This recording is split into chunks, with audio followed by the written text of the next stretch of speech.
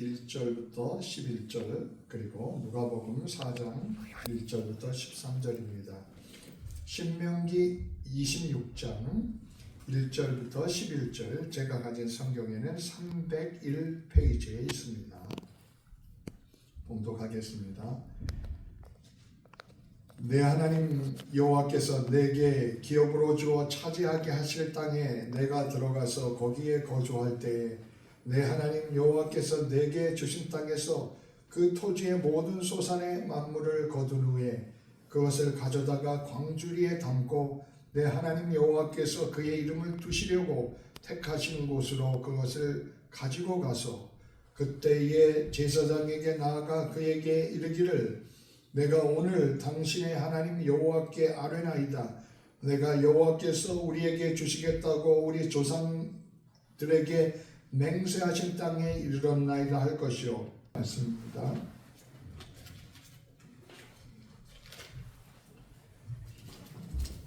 제가 가진 성경은 92페이지입니다. 신약성경 92페이지. 예수께서 성령의 충만함을 입어 요단강에서 돌아오사 광야에서 40일 동안 성령에게 이끌리시며 마귀에게 시험을 받으시더라. 이 모든 날에 아무것도 잡수시지 아니하시니 날수가 다음에 줄이신지라. 마귀가 이르되 내가 만일 하나님의 아들이거든 이 돌들에게 명하여 떡이 되게 하라. 예수께서 대답하시되 기록된 바 사람이 떡으로만 살 것이 아니라 하였느니라.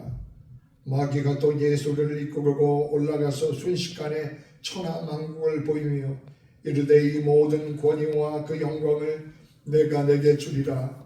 이것은 내게 넘겨준 것이므로 내가 원하는 자에게 주노라. 그러므로 내가 만일 내게 전하면 다 내 것이 되리라. 예수께서 대답하여 이르시되 기록된 바 주 너의 하나님을 하나님께 경배하고 다만 그를 섬기라 하였느니라. 또 이끌고 예루살렘으로 가서 성전 꼭대기에 세우고 이르되 내가 만일 하나님의 아들이거든 여기서 뛰어내리라. 기록되었을 때 하나님이 너를 위하여 그 사자들을 명하사 너를 지키게 하시리라 하였고 또한 그들이 손으로 너를 받들어 내 발이 돌에 부딪히지 않게 하시리라 하였느니라. 예수께서 대답하여 이르시되 주 너의 하나님을 시험하지 말라 하였느니라. 마귀가 모든 시험을 다한 후에는 얼마 동안 떠나니라. 아멘. 이는 살아계신 하나님의 말씀입니다.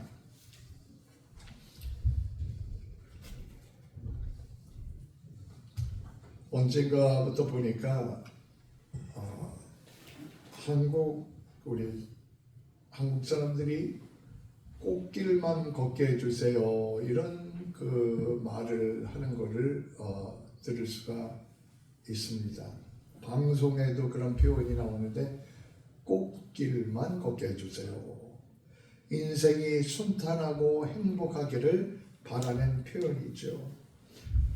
누가 시작했는지 어디서 나왔는지는 명확하지 않지만 이 표현은 2000년대 들어서면서 인터넷과 소셜 미디어에서 유행하기 시작했다고 합니다. 그러나 이것은 우리의 바람일 뿐이지 우리가 살아가는 인생이 어떻게 꽃길만 있을 수 있겠습니까? 인생에는 꽃길도 있고 가시밭길도 있고 거친 광야를 지나야 할 때도 있습니다. 오히려 인생은 광야를 더 닮아 있습니다. 특별히 우리 신앙생활은 그렇습니다. 우리 신앙생활은 광야 생활입니다. 광야는 춥고 배고프고 물도 부족하고 또 때로는 너무 덥고 외롭고 들짐승의 위험이 있는 곳입니다. 그러나 광야는 단순히 힘든 곳맛이 아닙니다. 광야, 윌더니스는 성경을 보면 우리 믿는 사람들에게 새롭게 시작하는 변화의 자리가 되는 곳입니다. 광야는 하나님께서 우리의 믿음을 훈련시키시고 변화시키시는 자리이기도 합니다. 광야는 우리가 원하는 정말 그 꽃길을 영원히 걸어가기 위해서는 우리가 반드시 걸어야 하는 훈련의 자리인 것입니다. 이스라엘 백성은 440년간 애굽에서 포로로 살았습니다. 그런데 이제 포로로 나왔으면 모든 게 그냥 꽃길이 될 줄 알았는데 광야로 들어갔습니다. 하나님께서 광야로 들여보내셨습니다. 그것도 무려 한두 달이 아니라 1년, 2년이 아니라 40년을 광야에서 살도록 그렇게 두셨습니다. 이스라엘 백성이 출애굽에서 가나안 땅에 들어가는 게 목표였습니다. 그런데 40년을 광야, 이 광야, 저 광야를 돌아다니며 또 거기에 또 한 잠씩 머물면서 그렇게 살았던 것입니다. 시내 광야, 네게부 지역의 광야, 아라바 지역의 광야를 떠돌며 사는 삶을 살았습니다. 이 광야는 아주 기후가 너무 나쁜 곳입니다.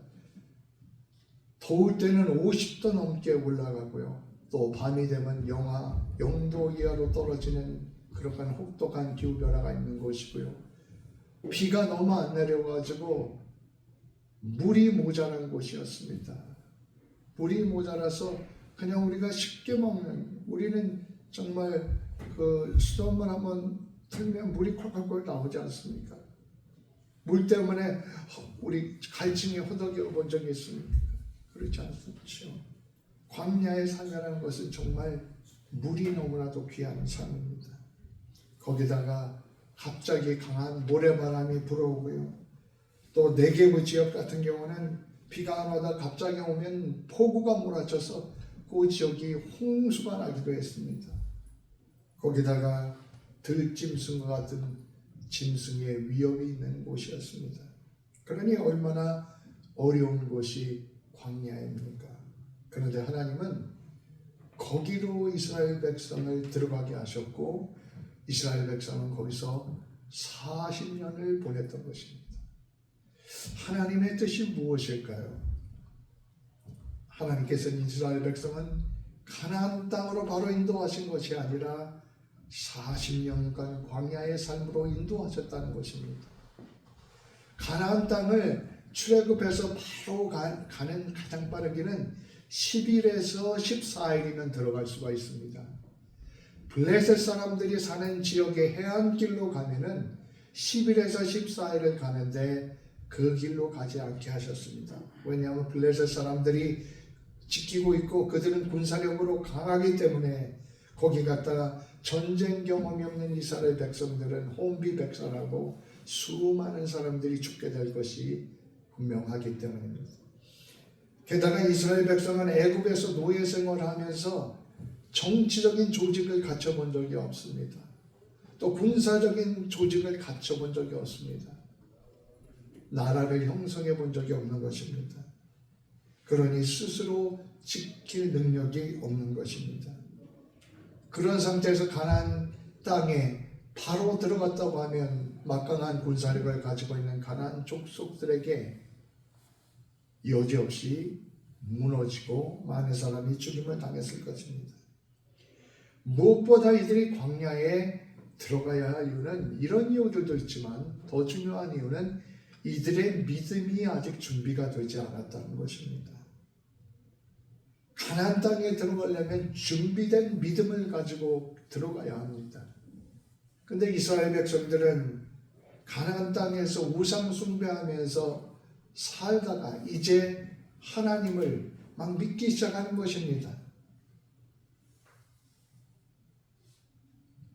그런데 그들이 가나안 땅에 들어가 보십시오. 가나안 땅은 우상 숭배가 넘치는 곳이었습니다.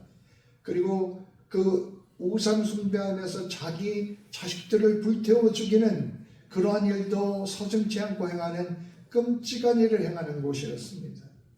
그런 곳에 들어가면 이스라엘 백성들이 순식간에 물들 것이 분명합니다.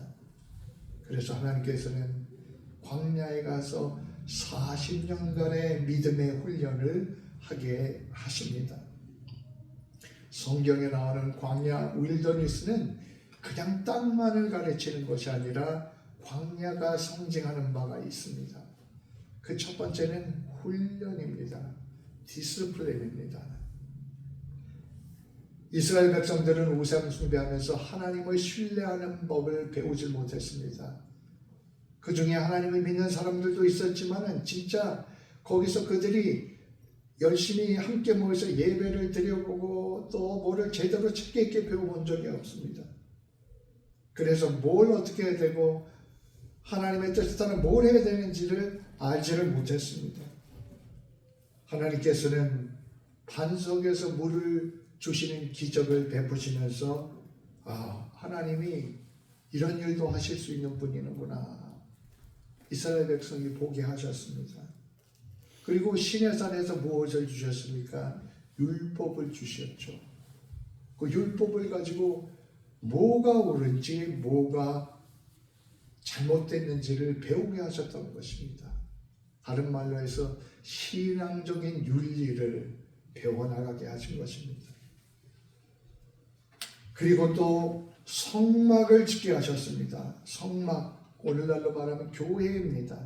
성막을 져서 그 성막에 함께 모여서 하나님을 예배하는 것을 배워나가게 하셨습니다. 성막을 짓고 세우는 것을 배우게 하셨습니다. 무슨 뜻입니까? 오늘날로 말하면 이스라엘 백성에게 함께 그 믿음의 공동체가 교회를 짓고 세우는 것을 배우게 하셨던 것입니다. 그리고 어떻게 그 교회를 통해서 함께 모여서 하나님을 예배하는가 하는 것을 배워나가게 하셨던 것입니다. 그래서 그 광야 속에 40년을 머물게 하셨던 것입니다. 그래서 신명기 8장에 보면 내 하나님 여호와께서 40년 동안에 내게 광야길을 걷게 하신 것을 기억하라. 이는 너를 낮추시며 너를 시험하사 내 마음이 어떤지 그 명령을 지키는지 알게 하려 함이라. 이렇게 말씀합니다. 이스라엘 백성들이 신앙적인 점검을 40년 동안 하면서 정말 어떻게 하는 것이 하나님을 예배하고 어떻게 하는 것이 하나님께 순종하는 것인가 이거를 배우게 하셨다는 것입니다. 우리도 광야의 훈련이 필요합니다. 우리가 찬송가 가사에도 있듯이 나 가난 목지 귀한 성에 들어가려고 천국에 들어가는 걸 말하지 않습니까? 이 가나안 땅은 상징적으로 우리가 천국에 들어가는 그러한 상징으로서 우리가 많이 말을 합니다. 우리가 가나안 땅과 같은 천국에 들어가려고 할 때 우리 속에 변화되어야 될 게 너무 많습니다. 우리가 구원은 받았지만 우리 속에 깨어지고 부서지고 달라져야 될 것이 너무 많이 있습니다. 하나님께서는 천국으로 들어가기 전에 우리 속에 이러한 변화를 이뤄내기 원하십니다. 그래서 우리의 믿음을 변화시키시고 우리의 마음을 변화시키기 위해서 광야의 훈련을 통과하도록 그렇게 하시는 것입니다. 때로는 하나님께서 우리에게 인생의 아주 어려운 시간을 통과하게 내버려 두실 때가 있습니다. 그 광야의 시간이 너무 힘들고 너무 외롭고 무서울 수도 있습니다. 그러나 그 광야는 무익한 시간이 아닙니다. 왜냐하면 하나님께서 그 광야에서도 인도하시며 그 광야 속에서 우리를 훈련하고 연단하셔서 가나안 땅의 축복을 받을 수 있는 사람으로서 우리를 변화시키는 시간일 수 있기 때문인 것입니다. 그러므로 우리가 삶 속에 광야와 같은 어려움을 지납니까? 낙심할 것이 아니라 오히려 기도하는 시간이 되어야 할 것입니다. 감사의 시간이 되어야 할 것입니다. 내가 광야를 지날 때에도 하나님께서 나를 붙잡고 인도하시기 때문입니다. 광야를 지나면 더 좋은 것이 우리 앞에 하나님께서 예비하신 축복이 있기 때문입니다. 하나님께서는 광야 훈련을 통해서 우리를 더 나은 사람으로 변화시키시기를 원하십니다. 그러므로 우리는 꽃길만을 걷고자 하는 생각이 아니라 광야의 훈련을 적극적으로 감사로서 하나님으로부터 받으려는 그런 마음가짐이 지혜로운 마음입니다. 우리가 예배하면서 하나님을 바라보는 훈련을 해야 합니다. 이스라엘 백성들이 시내산에서 율법을 받아서 공부했던 것처럼 우리가 하나님 말씀 성경을 공부하면서 하나님의 음성을 듣는 훈련을 해야 합니다. 이스라엘 백성들이 율법에 있는 내용을 배우면서 다른 사람들을 돌보고 다른 사람들을 사랑하는 것을 배웠던 것처럼 우리가 봉사하면서 하나님의 뜻을 실천하는 것을 배워나가야 합니다. 이스라엘 백성들이 성막을 세우고 하나님을 함께 모여 예배했던 것처럼 어떻게 우리가 교회를 잘 세우고 발전시키는가 하는 것을 배워나가는 것이 우리에게 있어야 합니다. 광야의 훈련은 나를 변화시키고 내 믿음을 새롭게 하고 내가 가나안 땅과 같은 천국에 들어가도록 준비시키는 그런 과정입니다. 그 시간은 힘들고 어렵고 외롭습니다. 그러나 그 시간은 어느 시간보다 값진 시간이요 축복된 시간인 것입니다. 예수님께서도 오늘 누가복음 4장에 읽은 것처럼 광야로 들어가셔서 40일을 금식하셨습니다.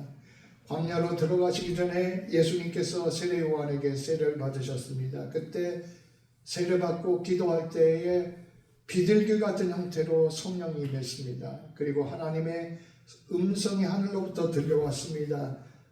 너는 내 사랑하는 아들이라 내가 너를 기뻐하노라.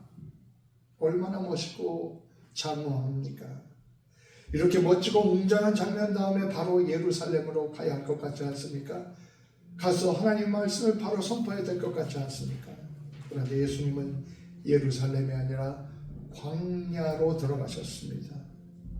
그것도 성령의 인도하심을 따라 들어가셨다고 말씀은 기록합니다. 광야로 가신 이유와 목적이 무엇입니까? 앞으로 세상에 하나님의 나라를 전하고 십자가를 지실 것입니다. 부활하실 것입니다. 세계 역사상 없었던 가장 위대한 가장 중요한 일을 하실 것입니다. 그것을 위해서 준비하시러 40일 동안 금식하시며 광야에 머무셨던 것입니다. 그런데 이 광야에서 조용히 기도만 할 수 있으면 얼마나 좋습니까? 광야에는 그렇게 편한 곳이 아니었습니다. 들짐승의 소리도 들려오는데 그것뿐만 아니라 거기에는 유혹과 시험이 있었습니다. 누가 와서 예수님을 유혹하고 시험했습니까? 기도하려고 광야 속에 들어갔는데 거기에 사탄이 와서 예수님을 유혹하고 시험했습니다. 우리도 똑같습니다. 우리 예수 믿는 사람들도 기도하고 예수 잘 믿어보려고 하죠. 마귀가 우리 예수 믿는 사람을 어떻게 해서든지 신앙에서 떨어뜨리려고 우리를 유혹하려고 하고 넘어뜨리는 존재가 있다는 것을 우리가 인정해야 합니다. 예수님의 시험을 통해서 우리 믿는 사람들이 어떤 시험을 받게 될 수 있는가를 배우게 됩니다. 그리고 어떻게 우리가 그런 유혹과 시험을 이길 수 있게 되는 것을 배우게 됩니다. 예수님께서 첫 번째 받으신 시험이 무엇입니까? 돌로 떡을 만들어 보라는 것입니다. 40일 동안 예수님께서 금식을 하셨으니까 얼마나 배가 고픕니까? 광야 주변에 어디에도 음식이 없습니다. 그러나 돌은 사방천지였습니다. 그 사방천지에 있는 돌로 떡을 만들어 보라는 것입니다. 사실 예수님께서 돌멩이 하나로 떡 만드는 게 무슨 문제입니까? 창조주 주님께서 쉽게 만드실 수 있습니다. 그러나 돌로 떡을 만들어서 안 되는 이유가 무엇입니까? 그것은 마귀가 주님의 온전한 금식을 깨뜨리려고 하는 것입니다. 그리고 하나님의 질서를 깨뜨리고자 하는 것입니다. 하나님의 질서는 돌로 떡을 만드는 것이 아닙니다. 40일 금식을 해서 정말 흙이라도 집어먹을 그러한 배고픔입니다. 신이지만 인간의 몸을 입고 오셨기 때문에 인간과 똑같은 배고픔과 고통을 경험하셨습니다. 그러한 사탄의 요기에 주님께서 뭐라고 말씀하십니까? 사람이 떡으로만 살 것이 아니요 하나님의 입으로 나오는 하나님의 말씀으로 살아야 할 것이라, 이렇게 말씀합니다. 사람이 떡으로만 살 것이 아니요 하나님의 입으로 나오는 하나님의 말씀으로 살아야 할 것이다. 이 말씀은 신명기 8장에 나오는 말씀을 인용하신 것인데요, 신명기 8장 3절에 보면 너를 낮추시며 너를 줄이게 하시며 또 너도 알지 못하며 내 조상들도 알지 못하던 만나를 내게 먹게 하신 것은 사람이 떡으로만 살 것이 아니요 여호와의 입에서 나오는 모든 말씀으로 사는 줄 내가 알게 하려 함이니라. 이스라엘 백성을 광야에서 40년 동안 훈련하게 하시며 이스라엘 백성들이 사람이 밥만 먹고 사는 존재가 아니라 영혼을 가지고 있기 때문에 영혼의 하나님의 말씀을 먹어야 되는 존재인 것을 깨닫게 하도록, 그거를 배우게 하도록 그렇게 광야에 훈련을 하셨다는 것입니다. 광야의 삶을 통해 사람이 밥만 먹고 사는 존재가 아니라 하나님의 말씀을 먹어야 사는 존재임을 알게 훈련하셨다는 것입니다. 사람이 몸만 있는 것이 아니라 사람이 영혼이 있기에 하나님의 말씀을 먹어야 함을 깊이 깨닫게 하셨다는 것입니다. 사람이 살면서 먹기도 해야 되고 집도 있어야 하고 육신의 생활을 해야 합니다. 이런 것이 부족해질 때 얼마나 힘들고 불편합니까? 사람의 경우 꼭 필요한 것입니다. 그러나 문제는 떡으로만입니다. 떡으로만 사는 존재처럼 살지 않도록 가르치신다는 것입니다. 이 세상에서 먹는 것, 돈 버는 것, 집 사고 차 사고 취직하고 사업하고 이게 전부인 것처럼 살아서는 안 된다는 것입니다. 왜냐하면 우리는 몸만 가진 존재가 아니라 하나님의 형상을 담은 영혼을 가진 존재이기 때문에 그런 것입니다. 이스라엘 백성을 광야에서 40년 동안 이렇게 훈련하면서 이것을 깨닫게 하셨다고 신명기 8장을 통해서 말씀하셨습니다. 마귀는 지금도 신자들을 유혹합니다. 밥만 먹고 사는 존재들처럼 생각하고 살아가도록 유혹합니다. 물질만 바라보고 땅의 것만 바라보게 합니다. 내가 나의 만족을 위해서, 육신의 욕구를 위해서 하나님의 말씀도 제껴놓고 먹는 것, 입는 것, 가지는 것, 세상의 명예와 부귀 이것을 최고로 여기며 살아가는 물질주의자가 되라고 그렇게 유혹을 합니다. 오늘 본문 신명기 26장에 보면 모세가 이스라엘 백성들이 가나안 땅에 들어갔을 때 해야 할 일에 대해서 설명합니다. 그것 중에 하나는 이스라엘 백성이 가나안 땅에 들어갔을 때 거기서 농사 져가지고 소산을 얻었을 때 그 첫 번째 그 소산을 가지고 하나님께 예배드리며 감사의 고백을 하라는 것입니다. 무슨 말씀입니까? 가나안 땅에 들어와서 처음으로 내가 이래서 우리가 농작물을 갖고서 엄청난 소산을 거두게 되면 얼마나 뿌듯하고 기쁩니까? 그런데 거기에만 만족할 것이 아니라 그 주신 소산을 가지고 하나님 앞에 나와서 감사하는 것입니다. 우리가 출애굽하고 우리가 이 소산을 거두는 것이 하나님의 은혜입니다. 이렇게 고백하라는 것입니다. 그 땅의 소산이 전부인 줄 알고 거기에만 만족해서 그렇게 영적인 초점을 잃고 살아가지 말라는 것입니다. 가나안 땅에서 풍요를 누리는 것, 그것이 최고 중요한 것이 아닙니다. 모든 것이 하나님으로부터 왔음을 깨닫고 그리고 하나님의 말씀을 따라 살아야 진정한 삶이 된다는 것을 가르쳐주고자 하셨던 것입니다. 우리도 마찬가지입니다. 우리를 지탱하는 것, 단순한 물질이 아닙니다. 우리는 이 육신만을 가진 존재가 아닙니다. 우리는 영혼입니다. 우리가 마음으로 우리를 정말 깨닫고 고백할 수 있어야 합니다. 나는 물질만으로 살아가는 존재가 아닙니다. 나는 영혼이요, 나는 하나님의 인도하심을 따라 살아갑니다라고 정말 깊이 느끼고 고백할 수 있어야 합니다. 예배는 바로 이러한 고백을 하는 자리입니다. 나는 빵만 먹고 사는 존재가 아닙니다. 나는 하나님의 형상을 닮은 영혼입니다. 주님을 신뢰하고 주님을 닮아가고 주님 뜻대로 살아가기를 원합니다. 이런 고백을 하는 자리가 예배의 자리입니다. 마귀는 또 다른 시험을 했는데요. 예수님께 네가 하나님의 아들거든 뛰어내려보라 이렇게 시험했습니다. 사실 수많은 사람들이 보는 앞에서 순식간에 그것도 예루살렘 성 위에서 뛰어내리면 수많은 사람의 시선을 끌 수도 있습니다. 내가 찾아가지 않아도 수많은 사람이 와서 순식간에 예수님을 경외의 눈으로 바라볼 것입니다. 그러나 그것은 하나님의 방법이 아닙니다. 그 길이 인간을 구원하는 길이 아닙니다. 하나님의 길은 조용히 차근차근 가면서 십자가를 지는 길을 가는 것입니다. 그리고 다시 부활하는 것입니다. 마귀는 오늘날도 우리에게 동일한 유혹을 합니다. 하나님을 시험해보라, 의심해보라, 유혹을 합니다. 마귀는 우리에게 유혹을 합니다. 십자가의 길을 가지 마라. 그건 뭐 힘든 길을 가느냐.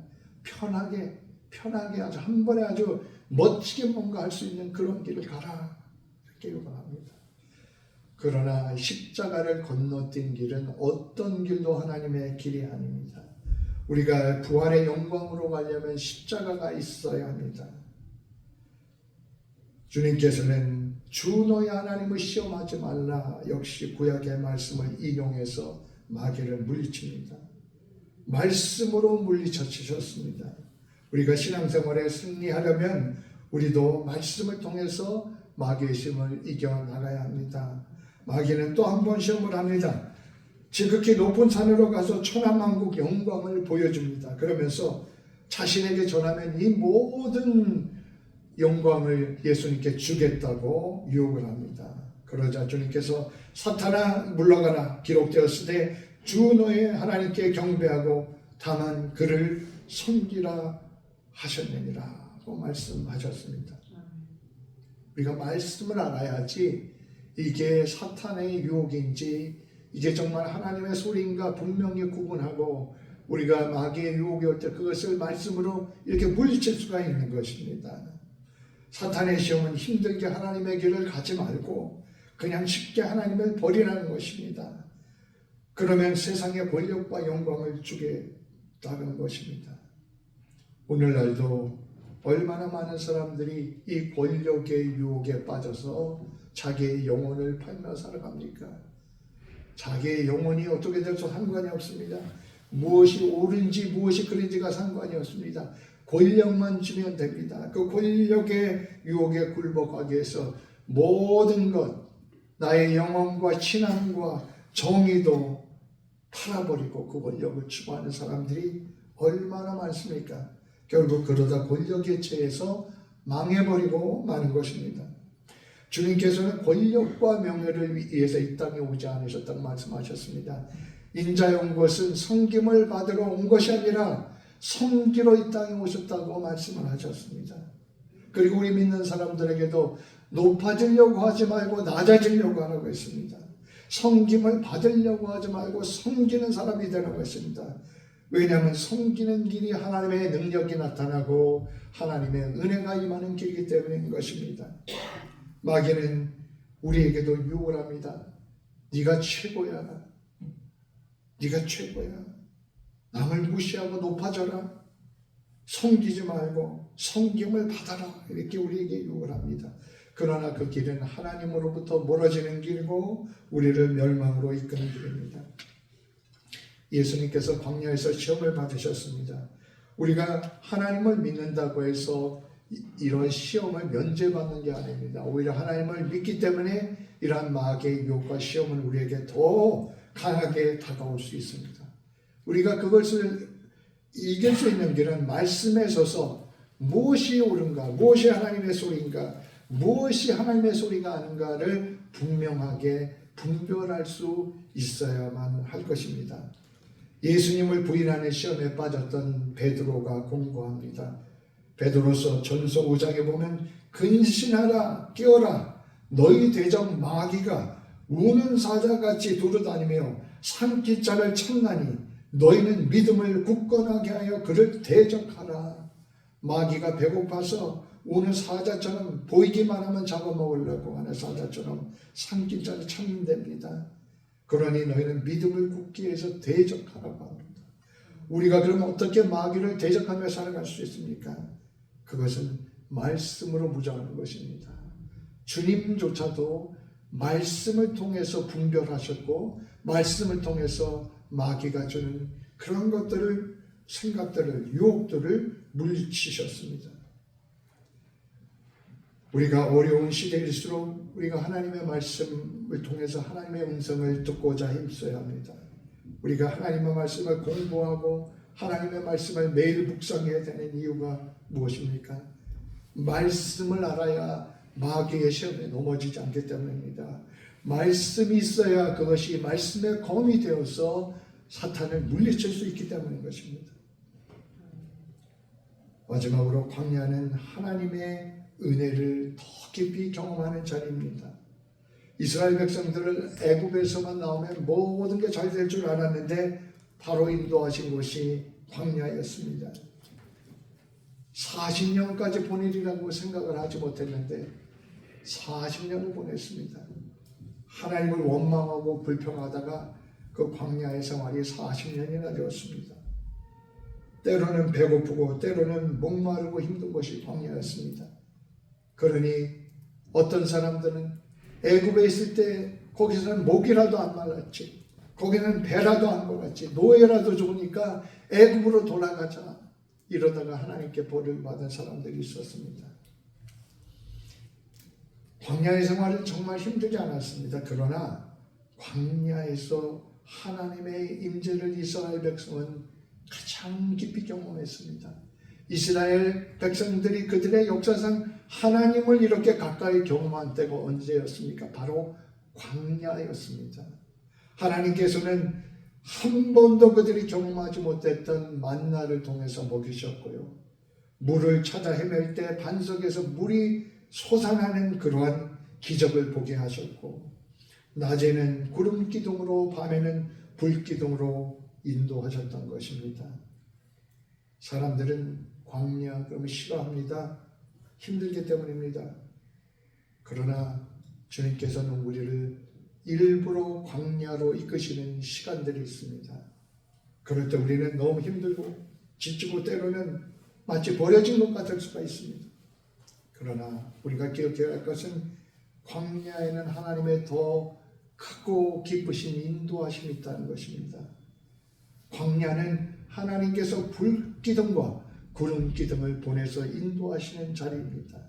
만나와 메추라기로 먹이시는 자리입니다. 광야는 십계명을 주시고 율법을 주시고 말씀으로 채워주시는 자리입니다. 꽃길만 찾아간다고 인생이 꽃길이 되는 것이 아닙니다. 광야의 길을 걸을 때 우리는 언젠가 진짜 꽃길과 같은 가나안 땅, 영원한 꽃길을 걷게 됩니다. 광야를 피하지 말아야 합니다. 하나님께서 광야로 인도하실 때 오히려 우리가 기도하며 감사할 수 있으시기를 바랍니다. 하나님께서 나를 광야의 훈련을 통해서 변화시켜 주시길 기도하십시오.